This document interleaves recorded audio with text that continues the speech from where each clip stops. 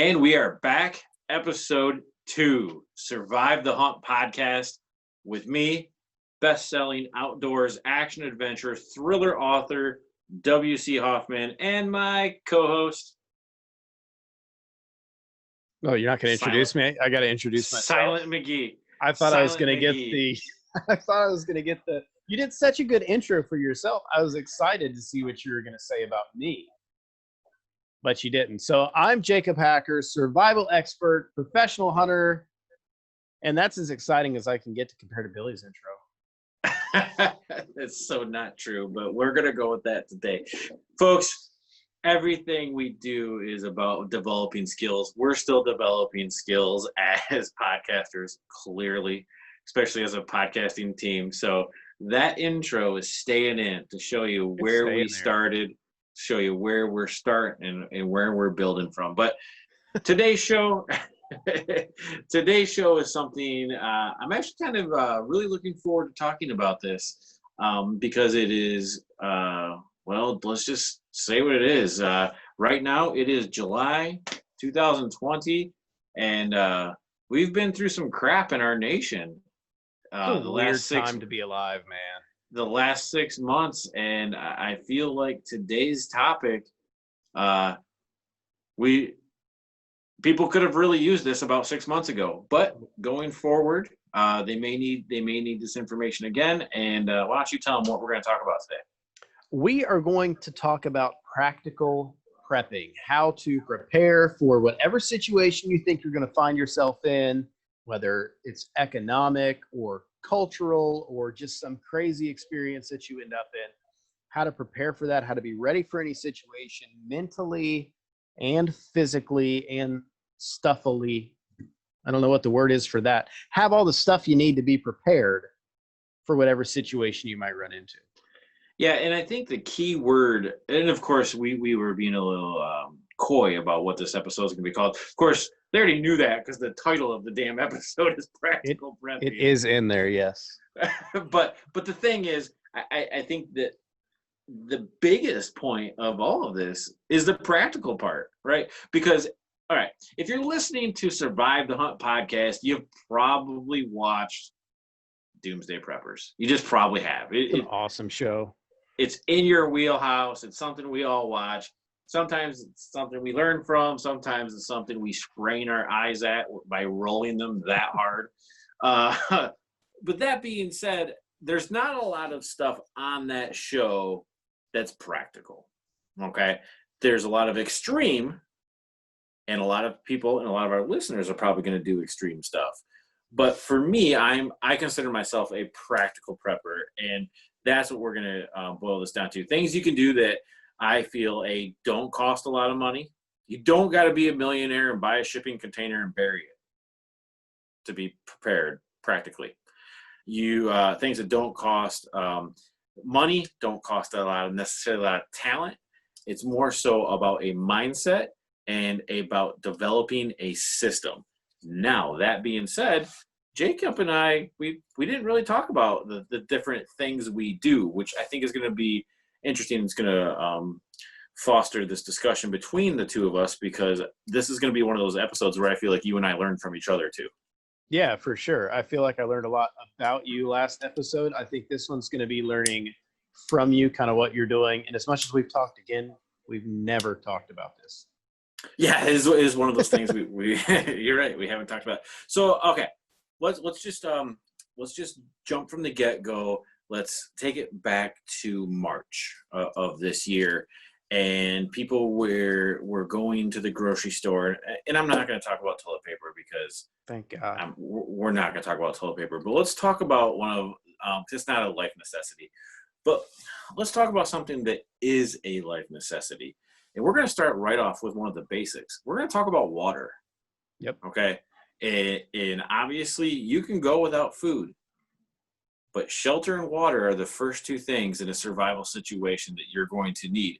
Now, of course, at this point, we're more focusing on the survival of the home, of a homestead, of a family life, more so than being lost in the woods. Yep. The importance of water is not It's probably exasperated. It's probably more important when if you're in the woodland situation. But from a home um, from a home economic aspect, now you may not, Jake. I don't know. You may not do anything to prepare for a water shortage or the unavailability of clean water. Do you guys do anything special? Yeah, I mean, you're dead on with water is the first place I go when in prepping too, and in any kind of planning. And I think it's an interesting comparison, home survival or homestead survival versus being lost in the wilderness and needing water, because you actually use a ton more water when you're home than you would if you're in the woods trying to live off the land. And with the stuff going on in the world, if you do find yourself even just hold up, maybe you're not even surviving, but you're just stuck at home and something happens to your water supply. If you want to live a comfortable life, just having that extra water there or having something you can rely on really relieves the stress, man. Just being able to wash your hands, wash your face, clean off some dishes, stuff like that. I like to have a gallon of water per person in my house per day. Like, that's my rule. So every milk carton, 2 liter jug, all that stuff gets filled up with water and it gets stored somewhere. Some of it's in a freezer, some of it's in cabinets. There's various different ways. That's how I plan my water storage. That's the really short, point blank version of what I do water storage at home. Yeah. What I'm curious to see how similar we are in this one. I've never really broken it down to a amount, like you said, a gallon of water per person a day. I've never thought of it that way personally. I think it's a great system, and I think that makes total sense. So I have a few things locally here that help in this situation. And when it comes to water, let's just call it what it is. I am 13 miles south of Flint, Michigan. There's people very, very close to me that don't have water. That's real life, That's man. that's Yeah. safe to drink, right? Look, obviously, I'm 13 miles south. I have a well. I don't have those issues, but I've developed a more empathy for people that are in those situations, and also it makes me understand how important the stuff is. So, what one of the simple things that we do is every grocery trip we buy a case. Okay, Yeah. buy a case of water. I would generally start out with 5 to 6 cases. Now we're a family of four, so 5 to 6 cases, just the water bottles, just drinking water bottles, and we'll rotate through those, right? So kind of like a store would, first in, last out, type deal. So and there's always relatively 8 to 10 cases available right there. So that's one thing we do. Another thing we do that's not unlike what you said is I save like 2 liter pop bottles or gallon jugs, and I fill those with water. I rinse them out and fill them so it's clean, available drinking water, and those go in my chest freezer. No, it's a stand up tall freezer. Now we're going to talk about food and survival food and prepping food. But one of the reasons I do this is I have a lot of room in the freezer. So if I had it packed full of food, it may not be as economical to do this or whatnot.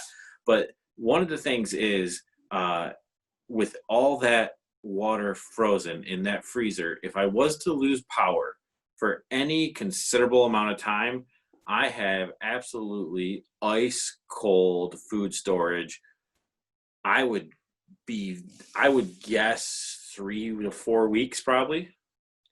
That sounds reasonable. I'd agree with that. 3 to 4 weeks. I would guess, Mhm. if you're being smart and not opening the freezer as you want. The other thing I would do is, in one of those situations, I would definitely be placing sleeping bags all over my chest freezer, because you think of a sleeping bag going to keep you warm. The sleeping bag keeps you warm because it doesn't let air out or in, which means it's not going to let warm air in against the doors of the freezer, and it's not going to let cold air out. It works both ways. It can keep you equally cold as it can warm. So, but if things get really bad in that I lose all that freezer food, or I eat all that freezer food, right? Or, and all the ice bottles I have in there melt, what do I have? gallons and gallons and gallons of drinking water. Right. That's good, man, So because that like even just buys you time to preserve whatever food you got in the freezer. If you got 3 weeks to preserve what you got in the freezer, you're golden. yeah, and we're not talking about end of times type stuff here. End of times you're going to have to be a little bit more creative. But even if you take like a natural disaster that comes through, like a tornado comes through or whatnot, generally you're going to be back on the grid within 3 weeks. Yep. Generally. Okay, so that all being said, I also I have a well, which means I don't draw water, right, if the power's out. So I have a generator ready to go. We're going to talk about generators and gas and stuff like that in a minute. But the other thing is I live on a river. So if I need to flush my toilets, I can go grab a 5-gallon bucket of water and I can just pour it down the toilet, or I can go piss in the river if I really had to. So I do have something else available. Now, when it comes to natural water, one thing I always have on hand, and this crosses over from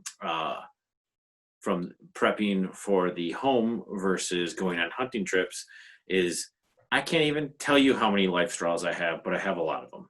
Good.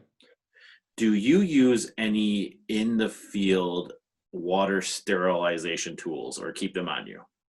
So I do keep the aqua tabs like in my IFAC kit and my hunting kit. I do carry those with me. Okay. But I also have the platypus system. I don't know if you're familiar with that. It's basically No, I'm not. You get these plastic bags and they roll up really small. The whole system rolls up something about the size of a pop can. And you'll get 2 plastic bags. Each one of them, the ones I have, hold a liter. And then it's got some little coils of tube and a little filter in the middle. So you go in the water, you fill up one bag with your dirty water, and then you just hang it from a tree and it slowly filters down and fills up that second bag. And then you've got the second bag there for storage.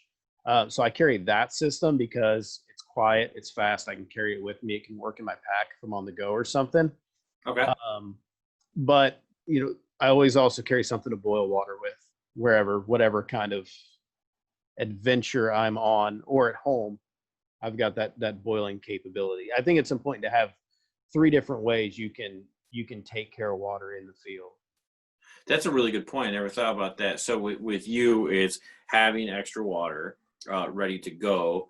It's the filtration system, your iodine tabs. There's 3 right there, and boiling even gives you a 4th. I like that. I like that mindset. That's really good. I hadn't thought about that. Now, that filtration system you're talking about, are those available? Like, can you get those on Amazon? Yeah, I think they're on Amazon. They might be one of those brands that don't sell on there. It's Platypus is the brand. I know pretty much all the major hunting supply companies sell it, so I'm sure they're on Amazon as well. Very cool. So one thing to consider, guys, is if you're watching this on YouTube right now, or you're listening to this, you can go down into the description of the video, and we are going to have links to everything that we talk about or recommend that you guys can get available. Now, full disclosure, these are affiliate links. Won't cost you a dime if you decide to buy it from them. It's just it helps support us. But it's a way for you to click on it and then go look and see exactly what we're talking about. Life straws will be on there. So it is one thing to definitely go check out and help support Survive the Hunt. So, Yep. All right. Anything else specific to water that we should talk about? Here's what I would, if you want to understand what you need in a survival situation, let's stick to the home. All right. If you want to understand what water you need and how often your mind goes to water, go on a hunt or go on a backpack trip where you have to pack in all your water all the time. You have to find water. Have you ever done that? You ever had the opportunity to do that? I've never had the opportunity to do that. I know I've hiked in water. Here's the thing. Most of my hunting's in Michigan, so right. Finding water is not hard. It's not hard. So I believe we have a sizable body of water every 4 miles. I could be wrong on that number, but like there is potable, or what could be potable. Potable, guys, just means drinkable. There is water that I could make drinkable within my reach pretty much at all times. Yeah.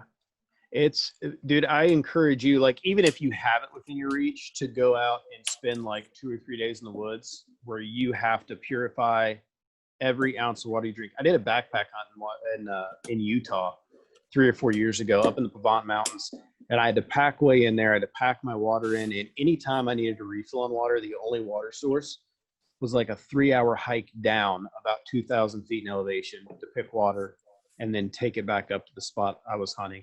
I gained such an appreciation for how much water I use or waste or drink on that hunt. Like, that's when it clicked with me how important a water storage is. You think about it for drinking, but it's all those other little uses is when you really start burning through it. So if you're gonna start prepping, water's obviously the first place to start. No question, no argument there. But put yourself in a situation where you have to provide that water for yourself all the time, and you'll really begin to understand exactly how important that is. Yeah. Again, I wouldn't say that I've downplayed its importance at all. Not at all. I just haven't been in one of those situations. Even when I look at where I hunt in Pennsylvania, the river, or the runs are coming off the mountain, dumping into the river. It's so loud, it's almost annoying because you can't hear the deer. I'm just covered in water. It's just, I just haven't had that opportunity. Dude, do it at home. Take 24 hours at your house and don't drink a drop of water that you don't purify yourself. Obviously, you don't need to. It's coming out of your tap. Right. I like it. Yeah. Do it and see how your water consumption changes. Yeah, it'd be really interesting. Those toothbrushing episodes are going to be real short, real quick. Okay, so how much? I'm just curious. Like, on an average day, how much water do you drink? I drink a lot, and I think one of the reasons I drink so much is because it keeps me heart healthy. It's a big deal. And my wife is like insane water girl. She's really big into it. So I have this cup right here. It's actually from the Everett Wildcats high school. Who are the Everett Wildcats? I've never been to their school, but I've done their career day like multiple times. Like, they Skype me in, as an author, so they'd Skype me in and we talk about like building stories and building characters and Twins of Prey and stuff like that. So well, I bet they're proud right now to be part of this. Yeah, right. Yeah. Well, they send me a thank you gift package. So this is a nice Arctic cup, and if you'd like your own Arctic tumbler, we'll have a link to that down below. Oh my goodness, getting carried away. But anyway, I probably drink. This is 32 ounces. I probably drink 4 to 5 a day. That's a lot. That's good. Yeah. Really good. What is it? What do they say? Half your body weight in ounces. I've heard so many different things. I have no idea. I've been trying to drink like a gallon a day, but I don't always do it. It's kind of hard to drink a gallon a day, man. It would definitely be tough. But okay, so I think we've discussed water pretty good. Water's important. Yes. Water's important. Next to water, I think we're gonna leave out shelter at this point, because and we could talk about prepping shelter if you really want to. I don't know how much we could cover, but I think we should definitely cover food. And when it comes to food, it might be smart for us to break it up, where I cover the household style foods and you cover maybe the off the grid foods, or you can tell me what you guys do in your household. I don't know. You start talking about food and practical prepping, and I'll hop. So I like your idea. You talk about what's in the house. I'll talk about what's on the go. So I've got, my little bug out kit. I've got my bug out bag. I've got a little trailer I can bug out in if I want to. But it's equally important and more realistic, probably, just in case of some kind of natural disaster or lack of electric or lack of clean water. Some reason I have to leave my house. I do have food preparations for up to at least a week that I can carry on me, and then I have more other places, which we can get into that later. But let me interrupt you real quick. Is this for your entire family, or is this just for you? This is for my entire family. Yeah. Okay. Yeah. So it's me, my wife, and one kid for right now. Yeah. So, the freeze dried stuff, like there's so many different brands of freeze dried stuff. I've I've got a lot of that and I like it. But I think like for me, I just try and have some meats and vegetables. You can live on jerky for a long time, like in an emergency situation. It's cheap, it's easy to make if you want to make it yourself. Like I know you and I both do, but if you don't want to make Yeah. it, it's cheap and it's got a lot of good stuff in it. Man, the trail mixes, just anything that's quick and you can eat with your hands and you can keep clean if it comes prepackaged, like that's what I go for. But I try and keep my food like per person at 2 pounds per person per day max. And for my kid, it's only 1 pound. But for me and my wife, it's 2 birds. So five pounds per person per day, or 5 pounds per family per day is what it works out to us. Dude, that adds up. Like Absolutely. it's a lot. And if you got to go on foot with it, that's a lot of food, which kind of leads me to maybe something we can get into a little bit later, but having your food caches or whatever you choose to have, whether it's in your bug out vehicle or a location is what I choose to do. But let's before I guess we get into that though, I want to hear what you do at the house. Yeah. So, and again, this is if we look at the recent events that we've faced in our nation, the grocery stores didn't have everything that you normally would want or could easily obtain. I'm proud to say that I didn't really get affected by that because I had everything we needed already. Nice. And that is not necessarily because I'm a doomsday prepper. It's because I shop smart and I'm a practical prepper. They send you coupons every week for a reason, people. Look at them. If it's things you like, buy them when they're cheaper and buy more of them if they're shelf stable. For example, mac and cheese. Okay. Mac and cheese, you can get a box of mac and cheese on sale with a coupon. It ends up being like 64 cents. It doesn't go bad. It never goes bad. Yep. It's never that good to eat, but whatever. Yeah, who It cares? doesn't matter. It's mac and cheese, So I'll, if I'm buying it at 64 cents a box, why not buy 20 boxes? Yep. Right? Especially with things like that. Canned goods, same way. If there's something you like, buy 3 instead of 1. Just like That's 49 all. cents for a can of corn at Walmart. Yeah, just snag it.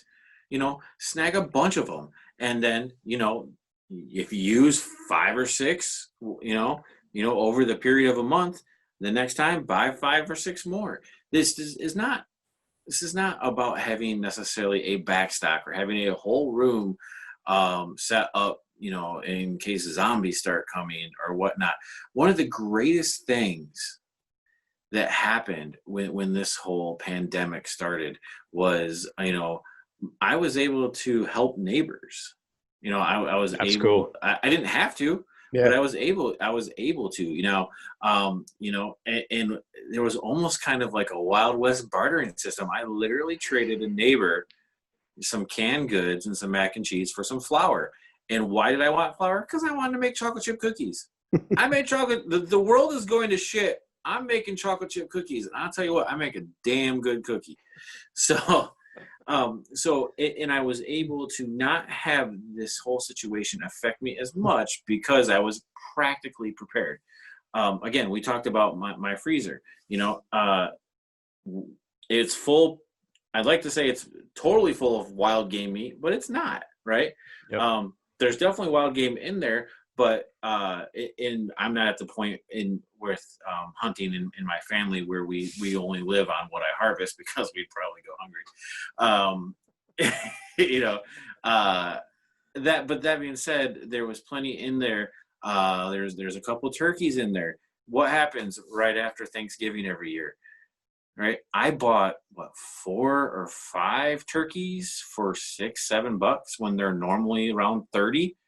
Thanksgiving is not the only time you guys can eat a roast turkey, right? They're good all year round, They right? are. So in one turkey, that $7 turkey, right? That's 24-pound bird. That's a lot of meals. Yeah. That's a lot of meat. that's sandwiches, that's legs. Then you boil the carcass. You're making soups and broths. It's it's more of a mindset than a strategy. Yep. Okay. There's an old saying like one is none, two is a few, and three is one. Whatever it is. Do you know it? I'm gonna murder it. But No, I would make it worse than you did, but I understand the point, the concept of it. You got to have a lot right, to have one. right. So I'm not talking about things that cost a lot of money. I'm not talking about going out and buying a pallet of Mountain House. Okay. Right. Don't get me wrong. I've eaten Mountain House. They're okay. They're They okay. They're work. They do what expensive. they do. They're Yeah. expensive. They turn my shit totally green. It's really weird. It smells Gross. bad. Yeah. But whatever. It's when you're on a mountain in the middle of Pennsylvania woods and you're there all night, sometimes beef stew sounds pretty good, and it is. Yeah. It works, But you don't have to do that as far as, again, practical prepping for your home or your homestead. I just think it's controlling your mindset. Of course, we buy things that are, milk and sour cream and all the stuff that is going to spoil. Okay, of course we get that. And you may have to, in a pandemic situation, you may have to make some sacrifices and lose some of the stuff that you actually like, right? But you're going to be absolutely fine if you shop and practically prep like me. And honestly, you're going to be way more better off than most people. Yeah, and I think it's important that, like, because I do the same thing. Like the stuff at my house that I prep, it's not the stuff I usually eat like on an everyday basis. It's the stuff I can stockpile for a long time. The canned food and the dried stuff. But it's important to every now and then, like I'll take a day and I'll have a survival food day where that's all I eat and see how my body reacts to it. Because one thing I've learned from like all the That's a great backcountry idea. and Yeah. mountain hunts, dude, your body will not react well to eating Mountain House every day if you're not used to it. Like you can't eat a Mountain House and a candy bar and expect to perform the way you do when you're at home eating good, eating fresh vegetables and steaks or whatever you're having. You've got to prepare your body as well to be able to run on that food supply that you got.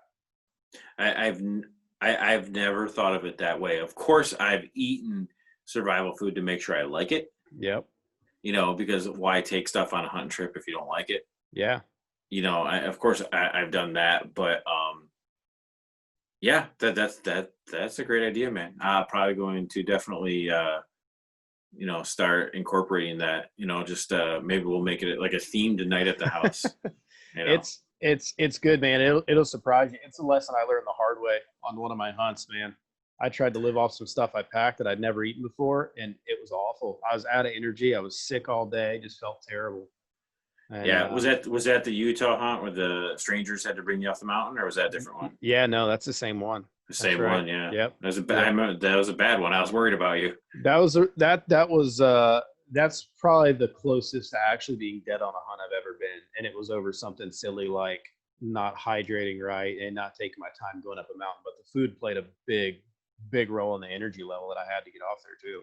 Yeah, and you still shot your buck from inside camp, didn't you? I did. I didn't come home empty-handed. I made it worthwhile. I was going out with a bang if I was going out. Can't believe he stood there the whole time. You're like, zip. So for those of you who haven't heard this story before, so I was on a backcountry mule deer hunt in Utah. It's the first one I ever went on. I was like I think it was 10,800 feet elevation is where my camp was. And I got up there. I packed way too much stuff because that's what everybody does the first time they do a backpack hunt.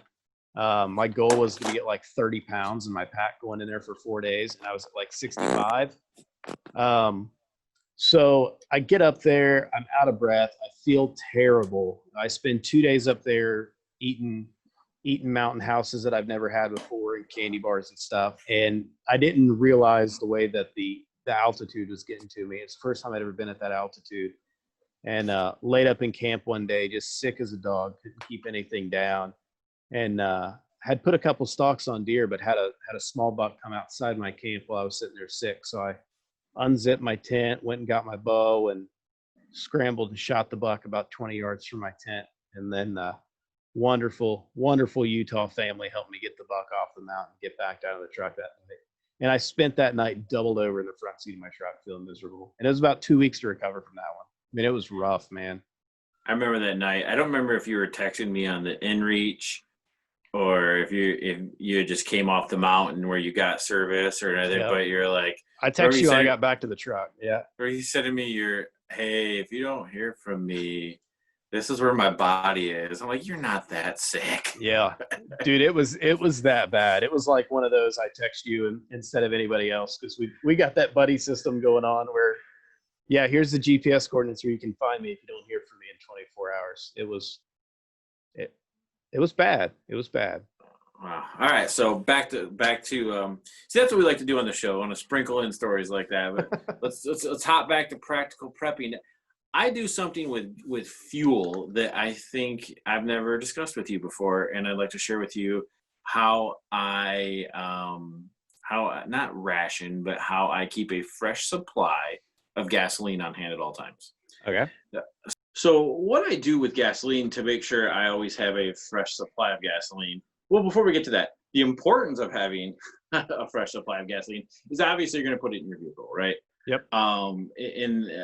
And if you needed to actually bug out and get the heck out of town, with my system, you're always going to have 30 gallons of gas on hand, plus what's in your tank. That's good. Okay, so you can get really far with that if you need to, but also you got to start a fire, warmth or whatever. You've got the gas. Honestly, when the power goes out, my generator, I've got all the gas ready for it. Yep. What a lot of people don't realize with gasoline, though, is it does have a shelf life. It does become, I won't say ineffective, but less effective. And one of the reasons for that is there's winter gas mixes and there's summer gas mixes depending on where you live. Mm-hmm. And they just change the alcohol levels and the ethanol levels and all that.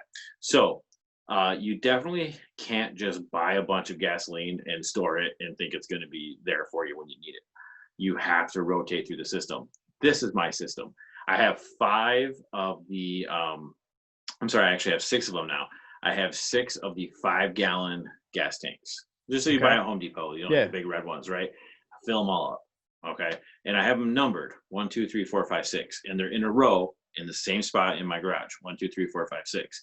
When my vehicle is ready for gas, right? I would generally, when it gets down to about a half a tank or whatnot, I'll take 2 of those, which is 10 gallons of gas, pour them directly into my car. Okay. So that's 1 and 2 are now empty. I slide the other ones down. So now it goes 3, 4, 5, 6. 1, 2 are empty. I'll go to the gas station, fill 1, 2. Yeah. But I know that then I know from left to right is my freshest gas. Right. And that I'm always doing that, constantly doing that year round. I put when my truck gets or the car or the lawnmower, I use it for everything. It's not like it has to go in a vehicle. And this again leaves me with 30 gallons of gas plus whatever's in my tank at all time. People never go below half a tank in your personal vehicle. Yep. Quarter tank, I get it. Not, money can be tight. Gas is pretty cheap right now. But just live your life by. If it's not when you're on a trip, obviously, or you're out and about, or you're trying to get somewhere. But in your day-to-day life, half a tank, that's when you're empty. So that's my gasoline system. I didn't know I like if you it. ever really talked about that. No, we've never talked about it, and yours is a lot better than mine. Do you find that to be like a pain in the butt to keep track of, or has it just become a habit? No, because you're gonna go. I mean, you're gonna go to the gas station anyway. So when those 2 things are empty, I just throw them in the back of the truck, and then the next time I'm at the gas station, I don't. Oh, it's empty. I gotta go fill it up. I gotta have 30 gallons. No, I mean, I do it as needed. But the important thing is to rotate through the gas and not just let it sit. And again, my wife drives her vehicle, I drive my vehicle. It gets rotated through pretty actively, right? We're going to go to the gas station to put gas in the cars anyway. You might as well, fill up the tanks while you're there. Yep. I'll admit that's an area I'm weak in, is fuel storage. Like for my electricity at home, I've got a really good solar system that I built on my my travel trailer that I hunt out of, and Hmm. it's sufficient enough to keep whatever going I need at home. It's a powerful system. But fuel wise, I drive a diesel, so like I can't fill up gas cans and then put them in my mower unless there's like a Right. diesel mower I could get, which would be pretty cool. But I can also go like 700 miles when I take a diesel in my truck, which is pretty I've sweet. But Yeah, I've also seen your yard. If you had a diesel mower, dude, I could like fly. if he's done so quick, why would you even bother? I would let it grow so tall just so I only had to mow Just to once a knock it. year. Yeah. Oh no, it's alfalfa now. It's not even a yard. Somebody come in and hay bale it for me. Right. All right. So we've talked about water. We've talked about food. We've talked about fuel. Mhm. These are all things that are we've done a pretty good job keeping it practical. Yep. Um, let's move on to security, and I Okay. think this is something that you and I both have pretty strong views on. For those of you that don't know, we both have a law enforcement background. So we've been to home invasions, we've been to break-ins, we've been to some pretty different stuff over the course of our careers. We've seen what works, we've seen what doesn't. We're not just going to talk about guns, people, because there's a lot more to home security than guns and security systems. But we're going to keep it practical, and I'll let you begin. Yeah, I mean, like, so for security, like, I've got my home security, but I've also seen enough situations and been in enough situations where I know that if you're outnumbered, like, dude, it doesn't matter how secure you are with your storage, with your preparations, you've got to be able to get out and go. And I focus my security, like, I've got my base level security. Don't get me wrong. Anybody trying to get any of my stuff or into my house is going to be in a very bad way very quickly. But in an outnumbered or overrun situation, I'm getting out of there, and I plan my security on having multiple locations of caches of food, of water, of Hmm. necessary supplies that I need. So that's like my security is based off what I've seen in real life, and it's not that I'm not going to defend my house. Like, I can hole up in a thing, and I think I'll be just fine. But I'm equally prepared to leave it, give it up, not fight that fight. Like, if it's just me and my family, dude, like it's me and my wife fighting off whoever's there. I would prefer not to have that fight. I'd rather back away and leave that fight and move on to my next area. If it's come to that, if it's come to a place where I'm worried about getting overrun, I'm not worried about security of what I've got at the house because I'm not taking it with me. Okay, I like that, and we've seen that with well, that couple just did down in St. Louis who, Yeah, yeah. they went out on their front porch with an AR and a little P90 and terrible trigger discipline. I'm buying one of those pink shirts, by the way. That was awesome. But the fear there was that their house is going to be overrun, Yeah. and that is definitely something to be fearful in these times. More on the practical side. Let's say if it's not, I'm not saying yours is unpractical. That's not what I meant. But let's say more on the more common more common side of things.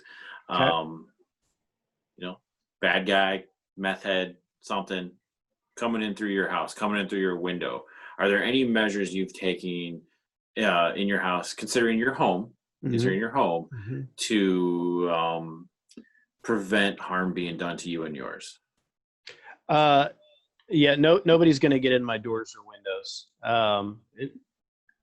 They're not getting in from above, below, the side. Like, I have taken measures, and I'll be honest, in a practical standpoint, this is like one of the topics that I wouldn't personally disclose if I were really concerned about it. Like, Right. if you're out there and you're prepping, there's lots of things you can do to secure your doors and windows, but don't tell anybody about it, because then, if you're concerned about that, which, you and I talked about, we've got law enforcement background.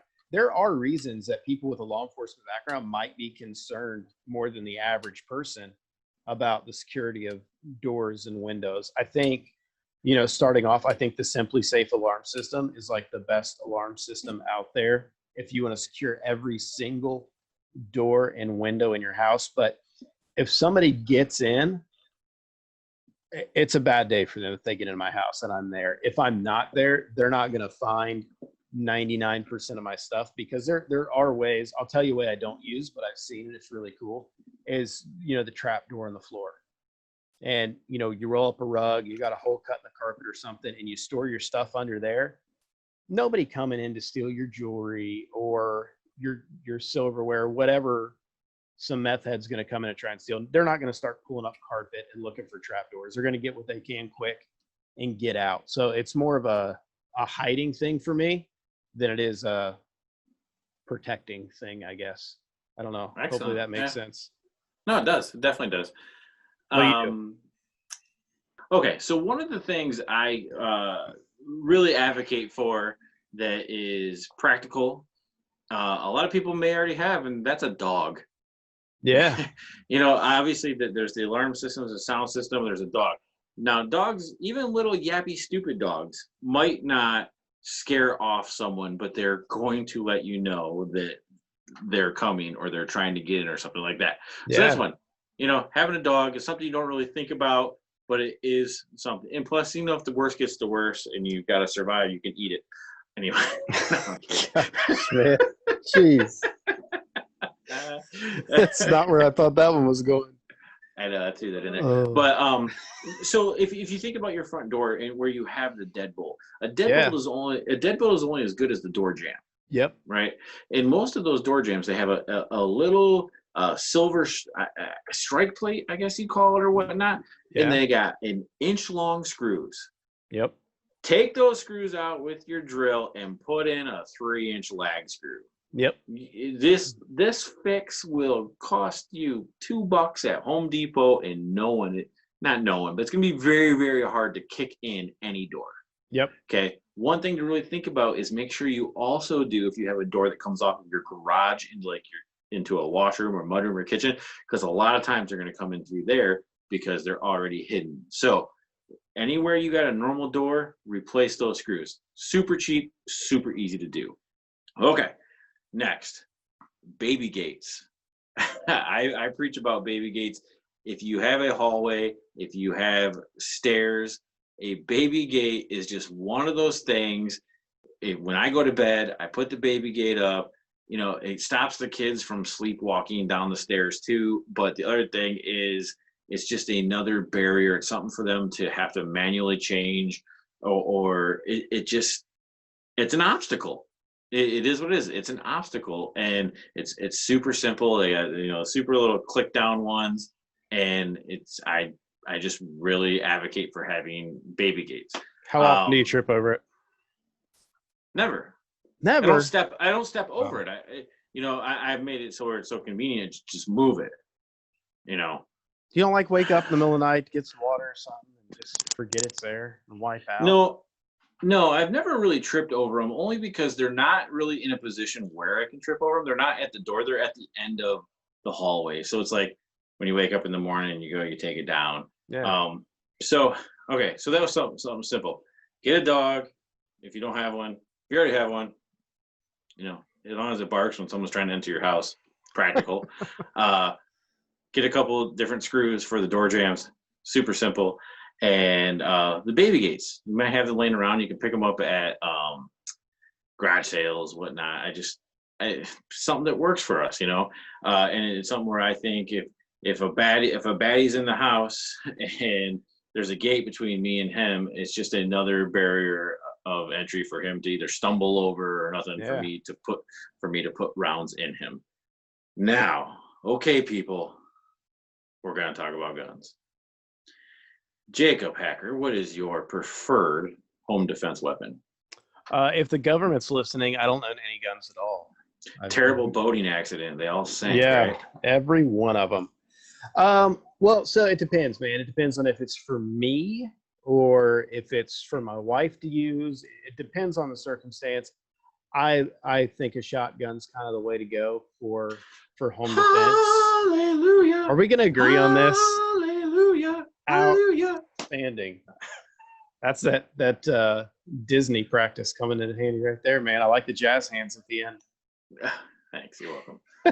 But no, dude, I think you cannot go wrong with a 12 gauge or even a 20 gauge pump action shotgun. And I like to load mine buckshot, slug, etc., depending on what the tube's going to hold. But I like the variety of ammunition I can use in a shotgun. It's super easy. It always works. And you get that racking sound of the pump action shotgun. That'll scare off most anybody in You're the house.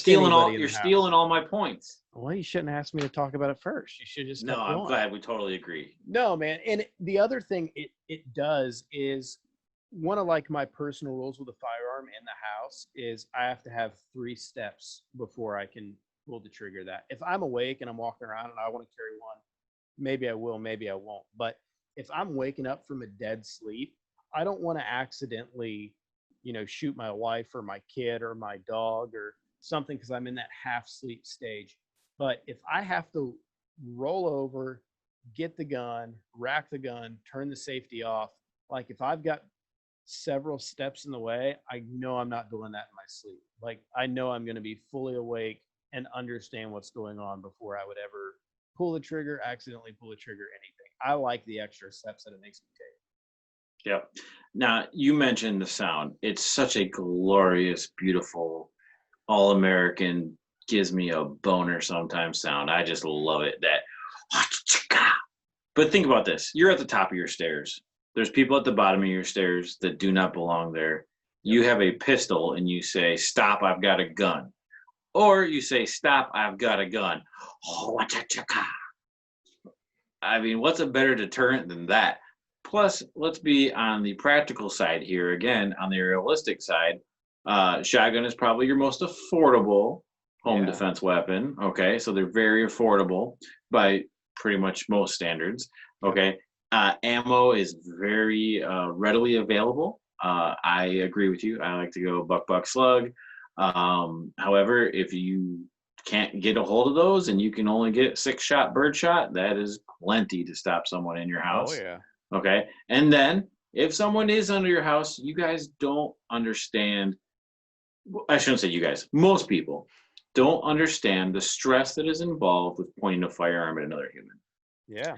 especially when they're in a situation like that. Uh, and what it really comes down to is if you look at how many times the military missed their target, how many times police officers missed their target, and those are Yeah. the people that are trained. Yeah. Okay. Uh, Joe Blow homeowner is going to miss, right? Absolutely. Why would you handicap yourself with only one round?